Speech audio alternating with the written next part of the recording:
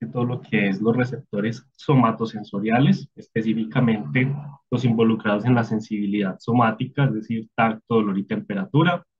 Estaremos acompañándolos el doctor Francisco Arias Mora, quien es neurólogo, y quien les habla, Juan David García, residente de neurología.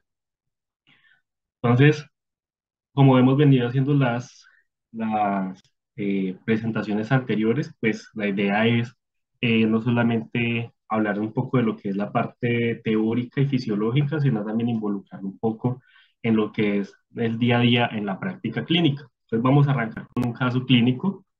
Entonces tenemos un paciente masculino de 72 años, sin antecedentes conocidos de relevancia, quien les llega a ustedes a su consulta, eh, puede ser en su servicio social obligatorio, donde les indica que ha estado presentando una pérdida para mantener el equilibrio, que le ha costado continuar con su habitual forma de caminar y que aparte ha presentado calambres y dolores en los miembros inferiores y pues que a veces los siente adormecidos. Entonces, ustedes con esas características deciden hacer, aparte pues de un examen físico muy completo, evaluar la parte neurológica y lo que encuentran es que cuando el paciente les ingresa, está caminando con una base de sustentación amplia, es decir, los pies bastante separados, una dificultad para caminar, evalúan todo lo que es en extremidades inferiores y en extremidades superiores reflejos, pues se encuentran simétricos, arreflécticos, pero simétricos, sin ninguna otra alteración en la parte motora, pues aparte de lo que mencionamos de la marcha, y evalúan sensibilidad y lo que encuentran es que en sus extremidades inferiores le ponen a evaluar la parte vibratoria y el paciente no la percibe, a diferencia de las extremidades superiores que sí la percibe, y aparte hacen, tratan de evaluar si discrimina ante varios puntos al tacto y ven que el paciente no logra discriminar cuando lo tocan en varias zonas, sino que solamente percibe un estímulo débil.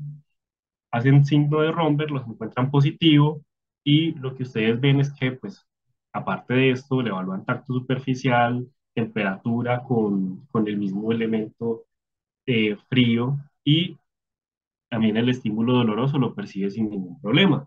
Entonces, bueno, ustedes solicitan unos estudios iniciales, solicitan una neuroimagen, suponiendo pues que cuenten con ella en su sitio de práctica y mientras salen todos los resultados del laboratorio, van, trasladan el paciente al tomógrafo, le toman esta imagen que ven en pantalla y ustedes, bueno, dicen, no, no tenemos todavía reporte de radiografía, de radiología, la miran y ustedes dicen, pues sí, hay dos cambios involutivos, eh, evalúan varios cortes y no encuentran, aparte de la leucoencefalopatía microangiopática que describimos en las clases anteriores, y los cambios involutivos propios de la edad, no encuentran pues ningún otro hallazgo significativo. Bueno, neuroimagen normal. Les salen los estudios complementarios, un hemograma dentro de todo normal, una glicemia fuera de lo esperado, pero sin rango de diabetes, perfil metabólico normal, perfil renal normal, pero encuentran en los estudios infecciosos una BDRL reactiva, proceden a hacer una punción lumbar, como vimos en las clases anteriores, para evaluar ese líquido cefalorraquídeo y también encuentran una serología reactiva. Deciden hacer tratamiento con penicilina cristalina 14 días y pues a futuro ven que el paciente mejora de sus síntomas, resuelven y hacen pues su seguimiento y no hay recurrencia de las manifestaciones. ¿A qué va todo esto? Entonces, esto nos plantea unos interrogantes, ¿sí? ¿Por qué se dan estos síntomas específicamente? ¿Por qué hay unas modalidades de sensibilidad que se perciben y otras no? Y de pronto esto tiene que ver con los diferentes tipos de sensibilidad o los tipos de receptores o la transmisión o la interpretación de esta señal. Y pues finalmente nos da esta gran inquietud, cómo se perciben esos estímulos. Entonces, ya entrándonos en lo que es esta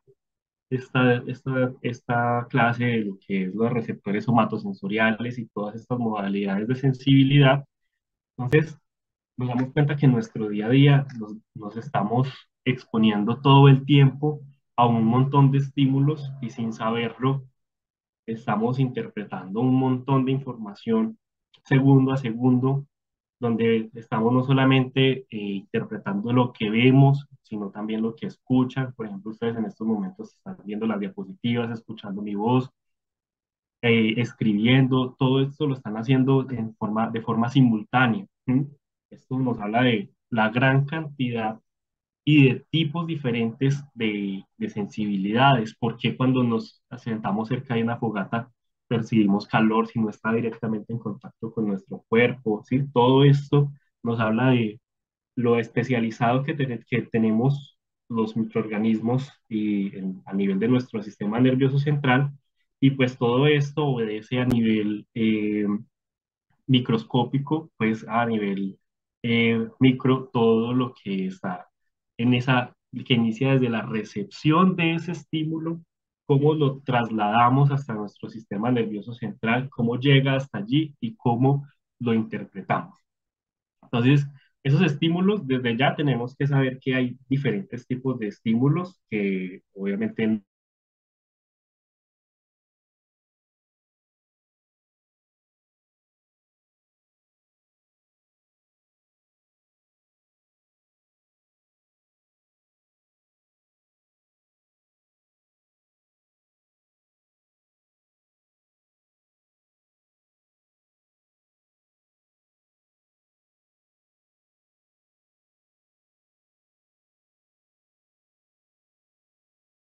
se va a volver una corriente eléctrica adelantándonos un poco que va a llegar al cerebro porque no es simplemente un receptor, pues capta todo y lo procesa y fin, nos ahorraríamos mucho, ¿no? Pero pues finalmente necesitamos una especificidad eh, muy estrecha en lo que percibimos para poder reaccionar a esos estímulos. No podemos tener una captación muy vaga de lo que nos rodea, sino que tenemos que tener una captación muy específica de todos estos estímulos, y esto va muy en relación a nuestra supervivencia, a nuestra relación con el entorno.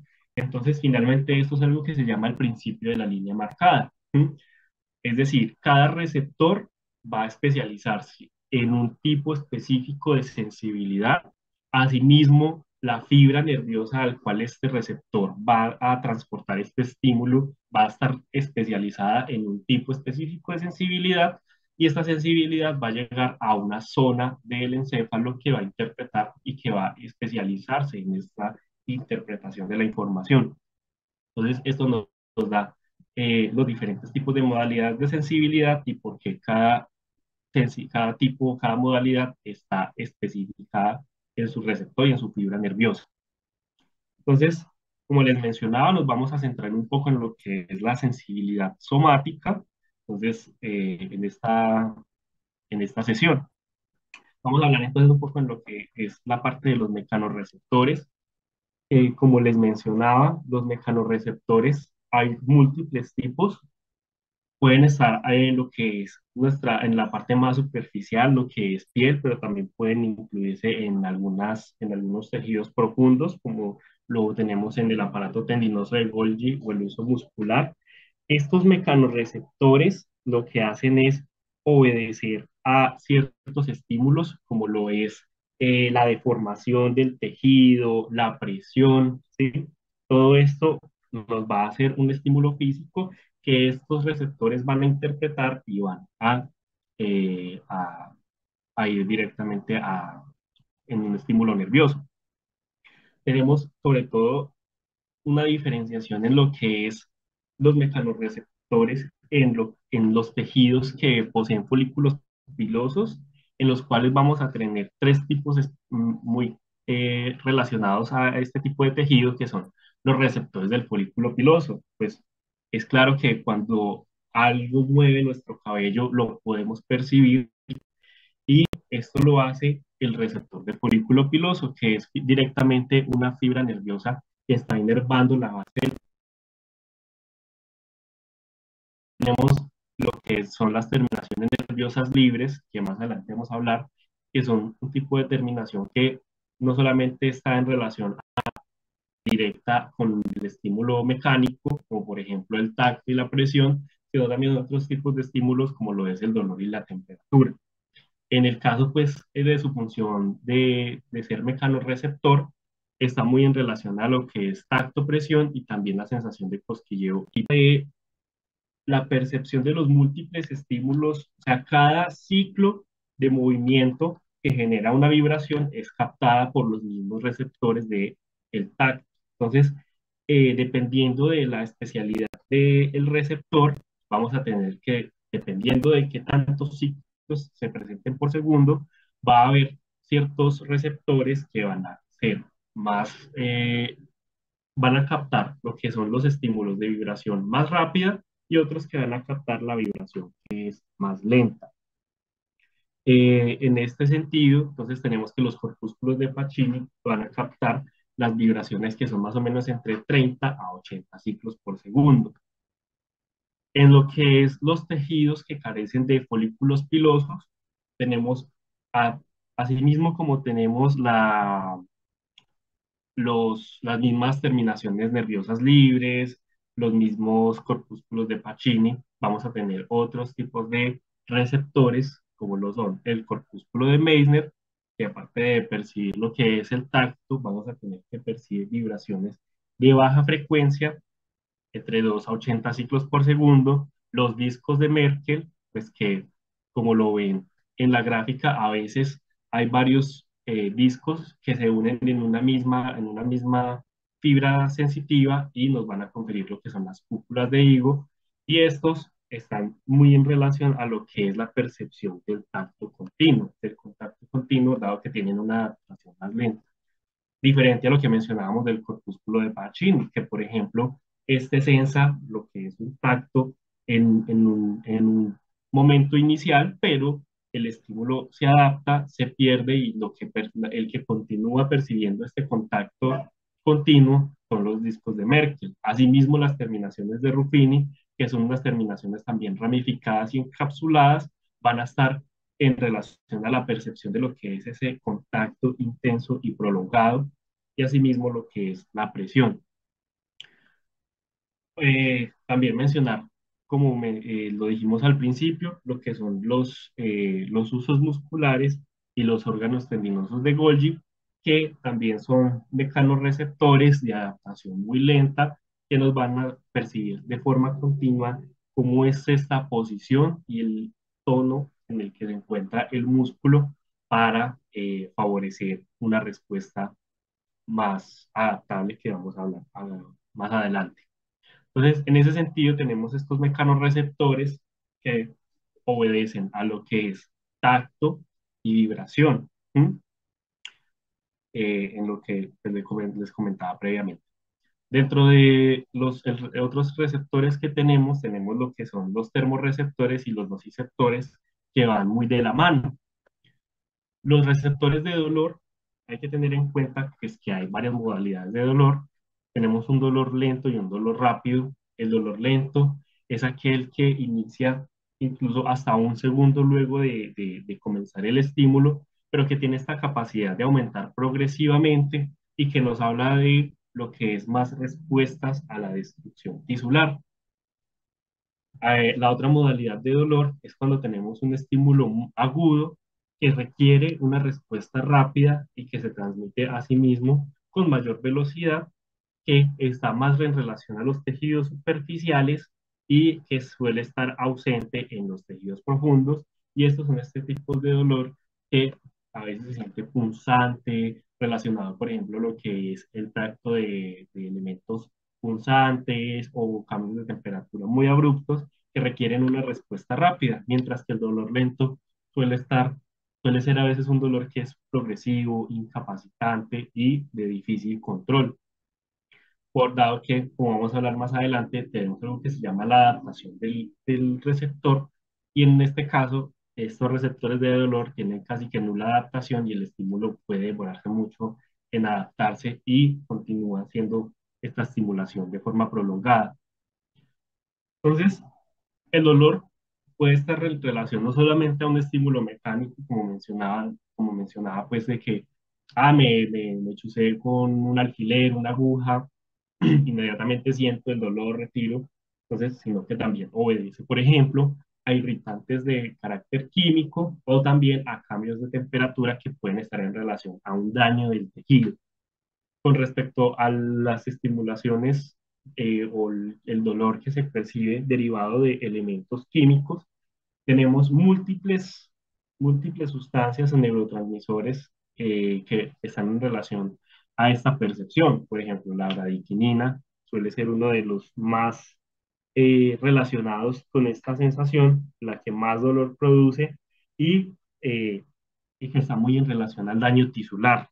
También otros componentes como es la serotonina, la histamina, los iones, predominantemente el potasio, elementos ácidos que también van muy en relación al daño tisular o al metabolismo anaerobio como el ácido láctico, acetilcolina, enzimas proteolíticas y otras sustancias que si bien no están directamente generando dolor, sí pueden facilitar o aumentar la sensibilidad de la fibra para transmisión del dolor, como lo son la prostaglandina y la sustancia P.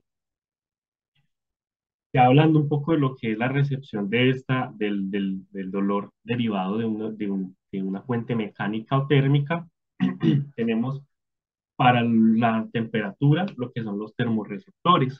Los termorreceptores son receptores que se ubican inmediatamente debajo de la piel, que tenemos mejor caracterizados para lo que es el frío, siendo que por cada terminación que identifique el calor podemos tener hasta 3 o 10 fibras que están transmitiendo la temperatura del frío.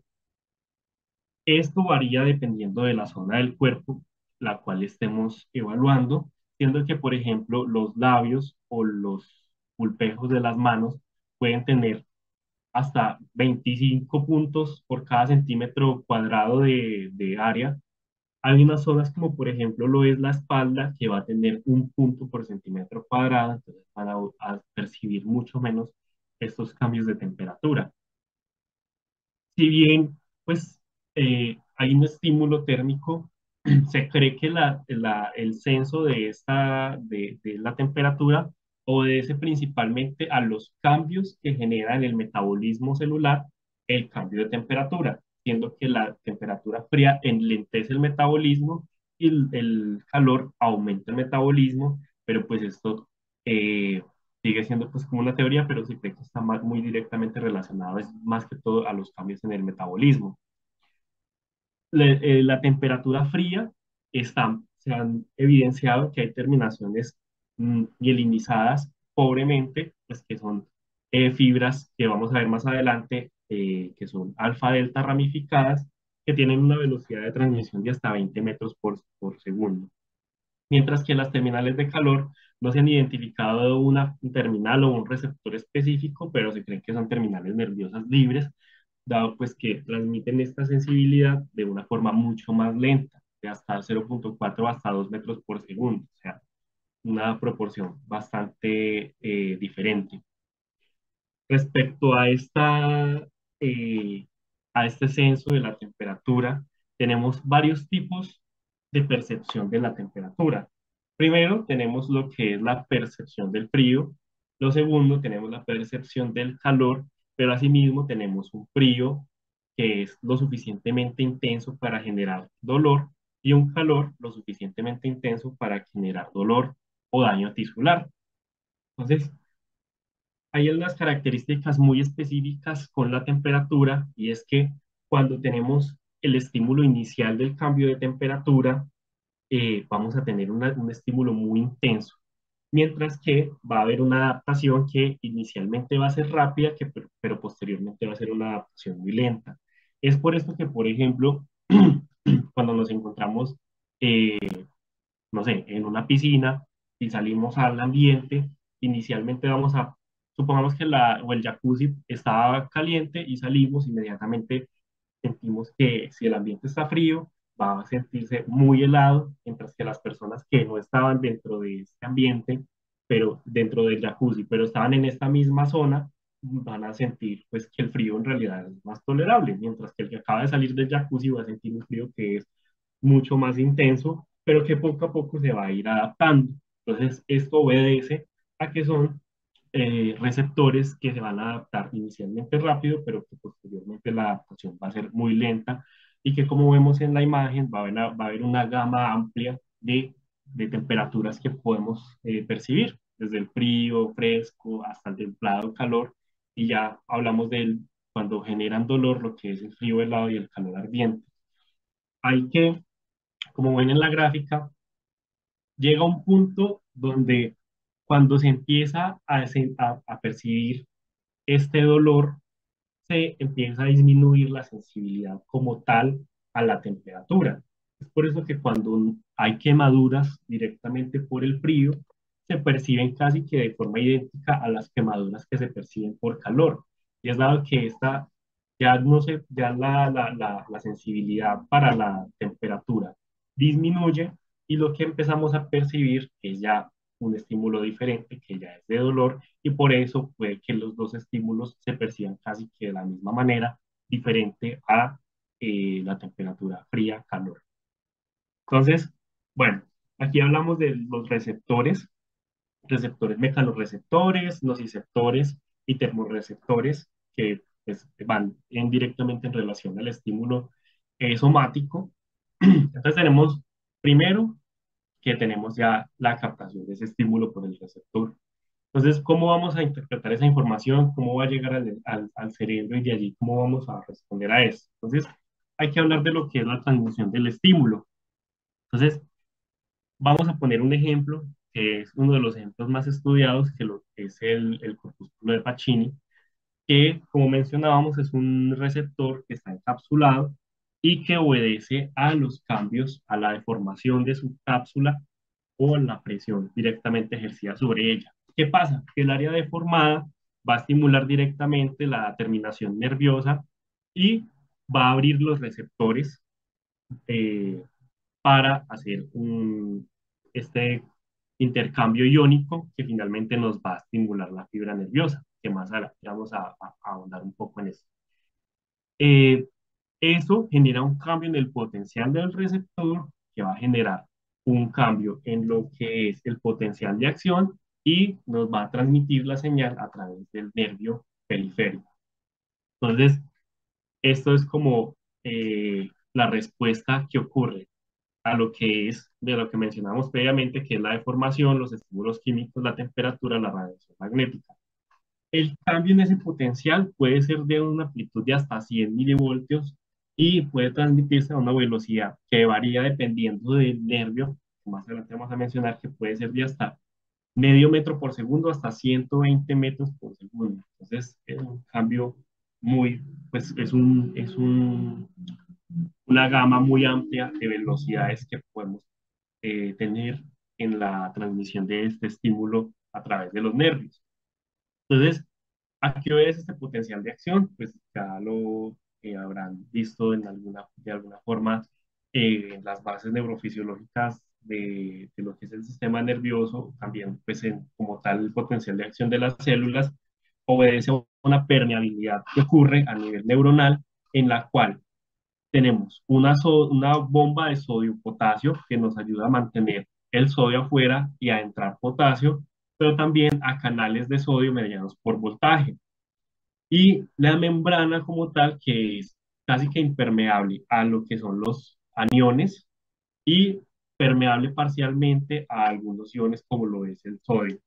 Entonces, estas dos características le confieren a la membrana y pues como tal a la membrana y a la neurona un potencial que en reposo puede ser de -70 a -90 milivoltios y que dependiendo del estímulo, como veíamos previamente, un estímulo que aumente el potencial de membrana en reposo de entre 10 a 30 milivoltios, lo que nos va a generar es un aumento, una activación directa de lo que es la entrada de sodio y este cambio en el potencial nos va a abrir los canales de sodio mediados por voltaje. Entonces, como vemos, estos canales de sodio mediados por voltaje van a tener varias puertas. Una puerta de entrada en la cual, pues como mencionamos, cuando se llega a este potencial de membrana, se van a activar, van a permitir la entrada de sodio, pero esto va a ser tiempo dependiente. Es decir, que aproximadamente en 1 a 2 milisegundos va a haber una segunda puerta que va a ser la de inactivación. Entonces, como vemos en la gráfica de arriba, pues esto es un tema un poco complejo, pero que viendo, explicándolo o desglosándolo un poco, se hace un poco más fácil de entender. Entonces tenemos un potencial de membrana, un potencial de acción, que cuando disminuye lo suficiente, entre 10 a 30 milivoltios, pues va a haber una apertura de esos canales de sodio mediados por voltaje. Inmediatamente abren estos canales, va a haber un ingreso de sodio, pues que lo que nos va a hacer es aumentar, polarizar pues el interior de la neurona o pues de la fibra nerviosa como tal, y luego de esto, a medida que transcurren 1 a 2 milisegundos, se van a cerrar y no va a haber un influjo de sodio como tal, y esto a su vez indirectamente va a abrir los canales de potasio y todo esto en conjunto nos va a provocar una despolarización de la fibra nerviosa y una transmisión del estímulo. Hay que destacar que eh, este estímulo siempre viaja en una misma dirección y por donde va ocurriendo esta apertura y cierre de los canales de sodio, va a haber un periodo de refractariedad que lo que nos permite es que este estímulo no siempre tenga una misma dirección y no haya una distribución, digamos, bilateral o una distribución descendente de lo que es ese estímulo que queremos que ascienda. ¿M? Y esto, una vez se desencadene este potencial de acción y esta despolarización, todo este estímulo va a viajar a través de la fibra nerviosa, pues que como vimos, hay fibras que están mielinizadas y hay fibras que son desmielinizadas, que carecen de la vaina de mielina, a pesar de que todas las células van a poseer células de Schwann a nivel periférico, no todas van a poseer mielina. ¿Y para qué es la mielina? Básicamente, la mielina permite que este potencial de acción se distribuya y que únicamente se tenga que despolarizar la membrana a nivel de los internodos. Es decir, los internodos miden aproximadamente 1 milímetro, mientras que los nodos de Rambier miden de 1 a 2 micrómetros. Entonces, estos espacios donde tenemos nodos de Rambier no van a tener que hacer todo el proceso de despolarización, dado que el impulso va a viajar a través de este sin necesidad de despolarizar la membrana. ¿Esto en qué se traduce? De que el tiempo que tarda la membrana en despolarizarse, nos lo vamos a ahorrar. Y van a ser fibras que van a ser mucho más veloces en la transmisión del estímulo. Entonces, la importancia de esto depende, pues lo que nos habla es directamente de qué tan rápido necesitamos responder a un estímulo externo en comparación a otros estímulos que no obedecen a una o que no requieren una respuesta tan veloz como otros. Entonces, por eso es tan importante entender desde el momento en que cambia el potencial de membrana y se produce el potencial de acción, cómo se distribuye a lo largo de la fibra nerviosa. Entonces, tenemos dos elementos ya importantes mencionados, que es el receptor y cómo es este potencial del receptor que finalmente va a generar este estímulo que va a viajar. Hay muchos elementos o muchos factores que van a influir en cómo es esta captación del estímulo y cómo va a viajar este estímulo.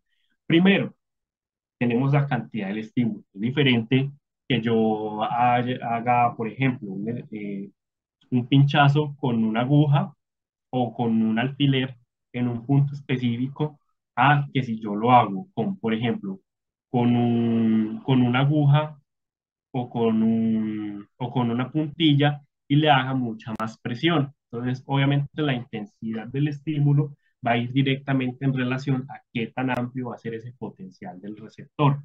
Pero vemos que esto no es, digamos, exponencial, pues digamos, directamente proporcional. Vemos que, por ejemplo, cuando se alcanza una intensidad cerca del 60%, ya se ha alcanzado casi que el máximo de la amplitud del potencial del receptor, siendo que únicamente vamos a alcanzar el 100% cuando el estímulo es muy vigoroso, de una gran intensidad, pero pues que si vemos en la gráfica, nos va a conferir una gama amplia de interpretación dependiendo de la intensidad de ese estímulo. Entonces, cada punto en la gráfica, por ejemplo, va a ser una percepción diferente que tengamos, a pesar de que sea el mismo estímulo, variando únicamente su intensidad. Eh, Otra cosa que también está en relación es a qué tan frecuente es ese estímulo. Entonces, lo que puede ocurrir es que puede que sea un estímulo de diferente intensidad, puede que sea un estímulo débil, otro estímulo vigoroso, etcétera, pero a medida que esos estímulos se van sumando, van a ir confiriéndole también una mayor amplitud de potencia al receptor. Entonces, tenemos la suma de la intensidad y la cantidad o la suma de estos diferentes estímulos. Entonces, esto nos confiere una gama muy amplia de percepción de cada receptor, ¿sí? Dependiendo de estas dos variables. Como les mencionaba, hay algo que se llama adaptación, ¿sí? Entonces, por ejemplo, el pinchazo, ustedes lo perciben, pero no lo van cuando se retira el estímulo, puede que perciban por un tiempo la sensación ahí, pero no es una sensación que se va a mantener en el tiempo de forma indefinida. Lo mismo el tacto, ¿sí? Ustedes hacen la estimulación del tacto, pero inmediatamente este se percibe de una forma diferente, ¿sí? O sea, el estímulo inicial se percibe, pero el que se sostiene a lo largo del tiempo va a variar. Y esto obedece a algo que se llama la adaptación. Vemos, por ejemplo, en la gráfica, cómo un corpúsculo de Pacini, que les mencionaba al principio, se adapta o el estímulo pues, se inactiva, por decirlo en otros términos, en cuestión de milisegundos. Mientras que, por ejemplo, el receptor del pelo hace una adaptación que tarda aproximadamente un segundo y lo que es los receptores de la cápsula articular o del uso muscular pueden tardar segundos, minutos o incluso días en el caso de los receptores a nivel carotidio en adaptarse. Hay muchos factores que pueden estar implicados en este mecanismo de adaptación al estímulo, siendo uno, por ejemplo, en el caso del corpúsculo de Pacini, el ajuste en su estructura. Tenemos que es una estructura viscoelástica, perdón, que en el momento en que el estímulo se retira, la estructura del receptor vuelve a su estado basal y la terminal nerviosa que allí se estimulaba va a cesar de cesar ese estímulo. Y la otra forma es la acomodación eléctrica. Como les mencioné previamente, estos canales de sodio se van a inactivar de una forma progresiva, entonces pues el estímulo finalmente se va a adaptar. Esto varía mucho dependiendo de la necesidad que tengamos de que ese receptor permanezca, o se adapte de una forma lenta o que se adapte de una forma mucho más veloz. Siendo, por ejemplo, que los receptores que hacen una adaptación rápida, que también podemos denominar receptores básicos, receptores de velocidad o receptores de movimiento, hacen una adaptación muy veloz y esto está muy en relación a, a lo que necesitemos como predecir. Por ejemplo, si yo voy a girar la cabeza, yo más o menos puedo predecir en más o menos 2 segundos si, por ejemplo, presento una desaceleración o una aceleración, en qué posición va a estar mi cabeza y eso me va a dar una estabilidad. Esto ocurre en el aparato vestibular, pero, por ejemplo, son receptores que se adaptan de una forma muy veloz y que nos ayudan a predecir en base a este estímulo los futuros estímulos o movimientos que vamos a tener. Lo mismo ocurre en las articulaciones y en los músculos. Cuando vamos corriendo, no necesitamos estar mirando nuestros pies para ver en qué punto más o menos vamos a dar el paso y con esto continuar con nuestra marcha o nuestra carrera. Entonces, eso está muy en relación a esos receptores que se adaptan de una forma muy veloz y nos permiten saber o adaptarnos o predecir en qué posición va a estar algunas de estas partes del cuerpo. por más o menos en esto consiste. Mientras que tenemos unos receptores de adaptación más lento, que lo que nos ayudan es a mantener ciertas condiciones. Por ejemplo, nuevamente los usos musculares y los órganos tendinosos de Golgi ya en la parte no tanto articular, sino muscular, que todo el tiempo nos está hablando de cómo se ubica ese músculo a nivel gravitatorio, ¿sí? En relación a cómo tiene que estar ese tono muscular permanentemente, entonces es una relación mucho más, es una adaptación mucho más lenta. El aparato vestibular también nos da, a nivel de la mácula, hay una adaptación mucho más lento, como les mencionaba, el dolor, sobre todo el dolor lento, es de una adaptación casi que escasa o nula, o los varoreceptores y quimiorreceptores que pueden tardar hasta días, si es que prácticamente se cree que nunca se van a adaptar por completo, sino que todo el tiempo están haciendo este censo. Y se denominan también receptores tónicos. Bueno, entonces, mm, tenemos ya unos receptores y unas características del receptor. Sabemos ya qué ocurre cuando ese receptor capta el estímulo y cómo lo va a transmitir a través de la fibra nerviosa, ¿cierto? Entonces ya tenemos que hablar de cómo son esas fibras nerviosas. Esas fibras nerviosas tienen también múltiples características que nos van a conferir a qué velocidad se transmite el estímulo y qué tipo de estímulo va a viajar por esa fibra. Entonces, más o menos hay unas características que son directamente proporcionales o que se corresponden, como por ejemplo, el tamaño de la fibra y el tamaño de la fibra nos habla más o menos de si esa fibra probablemente va a estar mielinizada o va a ser una fibra mielínica. También nos va a hablar de que entre más grande la fibra, mayor va a ser su velocidad de conducción. Entonces, eso nos confiere ya la caracterización entre fibras mielínicas, fibras amielínicas, fibras de mayor diámetro a nivel de micrómetros y fibras de velocidad rápida, fibras de velocidad lenta.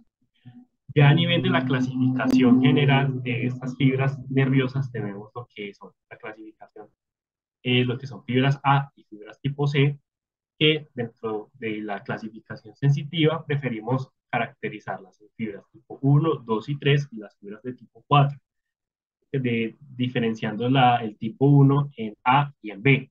Esto va muy en relación a la velocidad y el tamaño, el diámetro de este nervio. Entonces, por ejemplo, las fibras A de tipo 1 van a ser las de mayor diámetro y de mayor velocidad de conducción, siendo la fibra A de tipo 2 o la tipo 3 de una menor conducción. Eh, de las fibras amielínicas, pues específicamente en la parte sensitiva tenemos, como mencionábamos, lo que es la percepción de dolor y temperatura, pero pues también, por ejemplo, fibras tipo C son todas las relacionadas al sistema nervioso autónomo.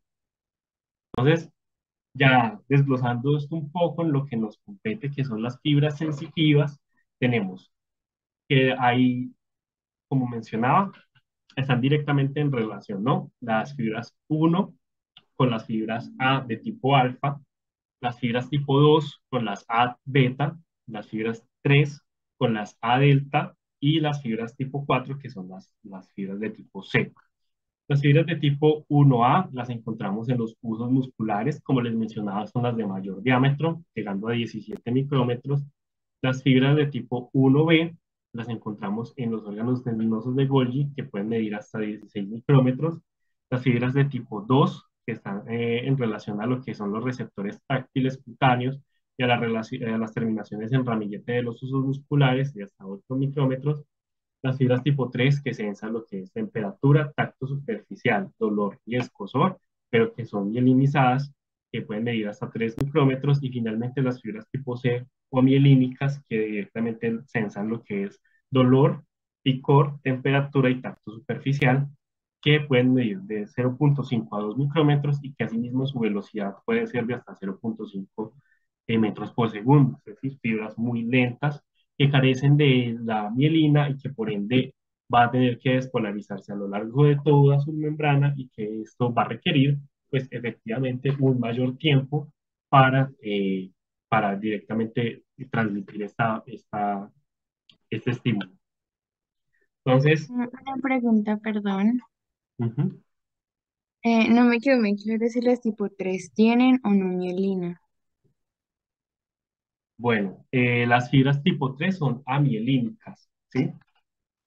Son las únicas amielínicas son las tipo 4, creo que ahí me equivoqué, tienes razón.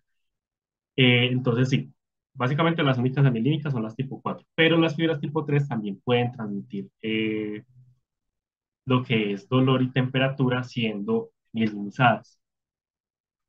Ah, ok, gracias. Ya, sí. Ahora, ¿cómo ocurre esa transmisión? ¿Qué variables están en relación a ese cambio en cómo se transmite ese estímulo? Primero, tenemos que la transmisión puede variar dependiendo de la zona donde yo estimule. Como les mencionaba, ahí suele haber una fibra nerviosa asignada o que va a censar lo que son más o menos 5 centímetros de área. Entonces, por ejemplo, para la piel tenemos una fibra que interpreta 5 centímetros de diámetro y que en su centro va a tener mayor cantidad de terminaciones nerviosas y hacia la periferia va a tener una menor distribución de fibras. Entonces, si por ejemplo yo estimulo el centro de donde hay mayor cantidad de fibras nerviosas, pues voy a tener un estímulo pues de mayor intensidad. Pero si, por ejemplo, ese mismo estímulo logra captar tanto la zona central como la zona periférica, todo eso va finalmente a estimular aún más la fibra y va a generar un estímulo mucho más intenso. Eso se llama sumación espacial. Es decir, como al yo estimular varias fibras o sí, varias fibras, ya sea del mismo nervio o de varios nervios, pues esto se va a sumar y va a generar un estímulo de mayor potencia. O como yo puedo hacer un estímulo repetitivo que poco a poco va a ir sumando y que finalmente me va a transmitir un estímulo de mayor amplitud o de mayor intensidad sin necesidad de ser un estímulo muy intenso, sino que la suma de varios estímulos a nivel de tiempo va a generar un estímulo de mayor intensidad, que esto se denomina sumación temporal. Ahora, tenemos que este estímulo viaja a través de una fibra nerviosa y va a llegar a una neurona. La primera neurona sensitiva va a ser la ubicada en los ganglios dorsales de la médula espinal, pues ¿sí? A nivel paravertebral, y este ganglio dorsal va a tener una neurona a la cual va a ser estimulada por estas fibras nerviosas periféricas. Estas fibras nerviosas periféricas llegan a la neurona y como pueden ver en la imagen, en el gráfico 1, vemos que esta fibra que está denominada de tipo, con el número 1, a una sola neurona, miren todos los puntos de contacto donde está haciendo estímulo. Entonces, probablemente esta neurona va a ser estimulada únicamente con el estímulo, con la despolarización que lleva esta fibra. Entonces, eso va a estimular la neurona, pero si se fijan en la neurona B, a esta neurona, la fibra 1 solamente le está dando dos puntos de contacto. Entonces, si por la fibra 1 llega un estímulo que únicamente va a hacer una estimulación muy pequeña de una neurona, pues probablemente esta neurona no se va a excitar, no va a transmitir este estímulo. Esto se llama campo de estimulación. Todas las neuronas que la fibra va a tener directamente contacto, eh, se va a denominar este campo de estimulación. Para la fibra tipo 2, por ejemplo, la fibra 2 que vemos aquí abajo, vemos que el campo de estimulación es mucho más grande, ¿sí? Pero igualmente va a estimular dos neuronas. Pues esto, haciendo una representación gráfica, ¿no? A nivel, pues, real, es probable que la fibra estimule un montón de cientos de neuronas, pero pues esto es como para representarlo a nivel gráfico. Tenemos un campo de estimulación, ¿cierto? Pero no todo este campo de estimulación va a generar una excitación. Es probable que únicamente de la fibra 1, solamente la neurona A se excite. Y esto se llama un estímulo excitador o un estímulo por encima de la zona del umbral. Mientras que, por ejemplo, para la neurona B, va a generar una contribución, va a generar un estímulo excitatorio, pero no va a ser capaz lo suficiente de generar finalmente la excitación, sino que es probable que esta neurona requiera de múltiples estímulos por otras fibras para que finalmente se desencadene esa excitación. Cuando la estimulación en sí no genera la excitación, estamos hablando de que es un estímulo facilitador o por debajo del umbral. Cabe destacar, obviamente, pues que aquí el término zona de excitación, pues hace referencia a una fibra que excita, pero pues sabemos que hay también transmisiones que lo que hacen es inhibir, y en este caso, pues hablamos de una zona inhibitoria. Entonces, tenemos ya el estímulo que llegó a la neurona, ¿cierto? Ese estímulo diverge, es decir, se va a distribuir a lo largo de múltiples fascículos.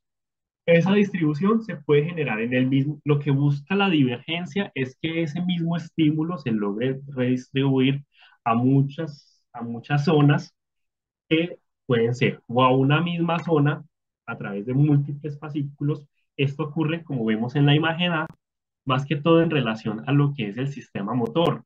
Una fibra o una neurona, una motoneurona directamente de la corteza motora primaria, lo que hace es generar múltiples fascículos e inervarlos a múltiples áreas de la parte muscular, pero en lo que es el sistema sensitivo, vamos a ver que esa divergencia lo que busca es generar una mayor integración de ese estímulo sensitivo. Entonces, puede que ese estímulo, como vemos aquí en la zona B, supongamos que esto es una fibra nerviosa que está estimulando varias neuronas. Ese mismo estímulo lo que hace es divergir para estimular, para que ese estímulo se integre a diferentes zonas. Entonces puede que ese estímulo se vaya directamente a lo que es cerebelo, ¿sí? Puede que ese estímulo llegue al tálamo, donde está la neurona terciaria, y allí el mismo tálamo haga una señal de autorregulación distribuyéndolo a sus mismos núcleos talámicos, o puede que ese estímulo viaje al tálamo y del tálamo directamente a la corteza sensitiva primaria. Entonces, en ese, en ese, en eso consiste lo que es la divergencia de ese estímulo. También ocurre lo contrario, la convergencia, que la convergencia es básicamente, como les mostré en la primera gráfica, puede que múltiples estímulos de esa parte sensitiva lleguen a una sola neurona y sean capaces de estimularla para que transmita el estímulo, como puede ser que en realidad se trate de una neurona reguladora, como lo son las interneuronas, y que lo que haga es sensar múltiples estímulos a la vez y transmita o un estímulo inhibitorio o que directamente no transmita ningún estímulo para permitir que esa señal se siga transmitiendo. Entonces, esto es más o menos lo que consiste en los circuitos neuronales. A pesar de que una fibra sensitiva logre captar tenga un estímulo excitatorio, en un mismo grupo neuronal puede que a través de una interneurona genere un estímulo inhibitorio. Esto, pues, extrapolándolo un poco a la parte motora, pero que ocurre en los múltiples estímulos sensitivos a nivel de la parte de transmisión sensitiva, lo que ocurre es que hay un sistema de regulación. Entonces, por ejemplo, en la parte de motora, lo que ocurre es que necesitamos estar, o en los músculos antigravitatorios, como por ejemplo con los aparatos de Golgi, etcétera, necesitamos todo el tiempo mediar en qué posición están los grupos musculares, tanto flexores como extensores, y en el momento en que requeramos hacer el uso de alguno de estos músculos, vamos a tener un estímulo que al mismo tiempo está excitando un grupo muscular, pero inhibiendo el otro para facilitar el movimiento. Que esto es más o menos lo que veíamos en las clases anteriores, cuando veíamos, por ejemplo, que la lengua se desviaba hacia el lado de la lesión. Pues claro, hay un músculo que pierde función y el otro músculo entonces pierde como esta inhibición, y entonces se genera una contracción tónica que el otro músculo no está haciendo ahí su acción, su contraparte, entonces gana, a pesar de que pues por hipofunción, gana uno de los músculos. Entonces, por ejemplo, por eso es tan importante que una misma fibra estimule tanto unas, pero inhiba otras para generar estas acciones combinadas. Entonces, a lo largo de lo que hemos hablado, inicialmente estuvimos hablando de lo que era la parte de los receptores, ¿sí? Cómo esos receptores obedecen a ciertos estímulos, que esos estímulos van a generar un potencial del receptor. Ese receptor va a generar un estímulo nervioso y ese estímulo nervioso va a viajar a través de lo que son las fibras, y esas fibras pueden ser de múltiples tipos, pero finalmente llegan a una neurona en el ganglio dorsal, y ese ganglio dorsal finalmente es aquí la primera neurona, y de allí se distribuye a nivel de los diferentes tractos sensitivos. Esto, como vemos en la gráfica, va, a pesar de que son los fascículos nerviosos transmiten una señal mixta, tanto motora como sensitiva. El estímulo sensitivo directamente va a hacer la sinapsis en la primera neurona sensitiva y a través de la raíz sensitiva se va a distribuir. Esto ya ustedes más o menos lo conocen directamente de lo que es la parte de la neuroanatomía, pues que no sé si ya lo habrán visto o lo verán, pero básicamente hay tres tractos sensitivos que finalmente me van a llevar esa información al encéfalo, que es el tracto espinotalámico ventral, el tracto espinotalámico lateral y lo que es los fascículos cuneatus y gracilis a nivel de la columna dorsal, y esos tres tractos van a transmitir diferentes tipos de sensibilidad. Lo que es la parte de tacto y presión van a ir por el fascículo espinotalámico ventral, mientras que lo que es dolor y temperatura van a viajar a través del tracto espinotalámico lateral, y lo que es el tacto discriminativo, la presión y la vibración, así como la propiocepción, van a viajar a través de lo que son la vía dorsal, que son los fascículos grácilis y cuneatos.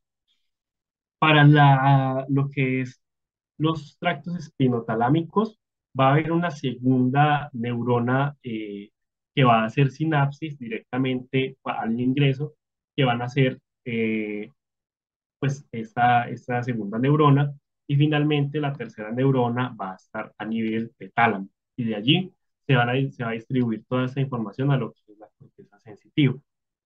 Para lo que es las vías dorsales, vamos a tener que a nivel de bulbo tenemos lo que son los núcleos grácil y el núcleo cuneatus, que allí se va a encontrar la segunda neurona, y es cuando hace la decusación y llega directamente al tálamo, también vamos a encontrar la tercera neurona, que va a hacer que finalmente, como les mencionaba, haga una integración a nivel mismo en tálamo, o distribuya esta sensibilidad a lo que es la corteza sensitiva.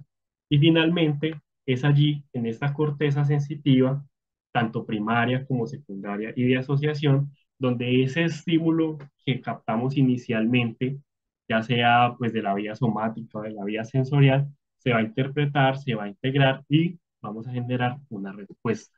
Entonces, básicamente, ese es el sentido lógico que espero pues que hayan logrado comprender, de cómo paso a paso ese estímulo que recibimos se va interpretando hasta, o sea, se va distribuyendo de forma, eh, de forma espaciada hasta lograr interpretar este estímulo y hacer una integración.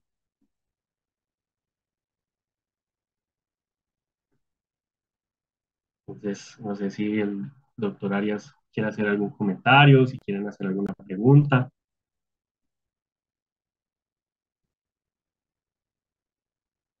Todo muy claro.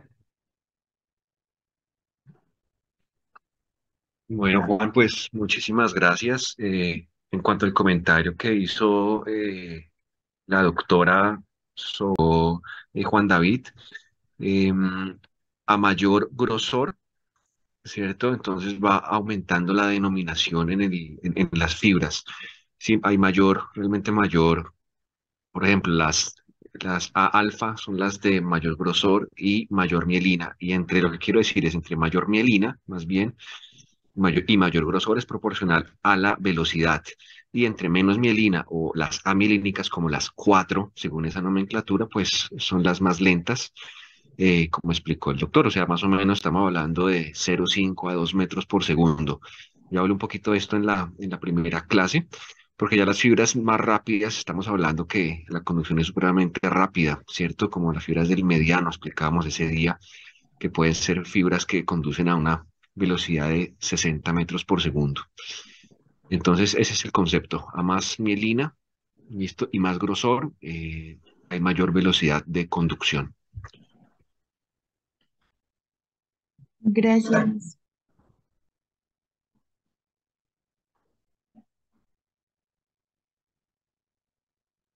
Bueno, a todos entonces, muchísimas gracias y bueno, nos vemos en la próxima clase presencial.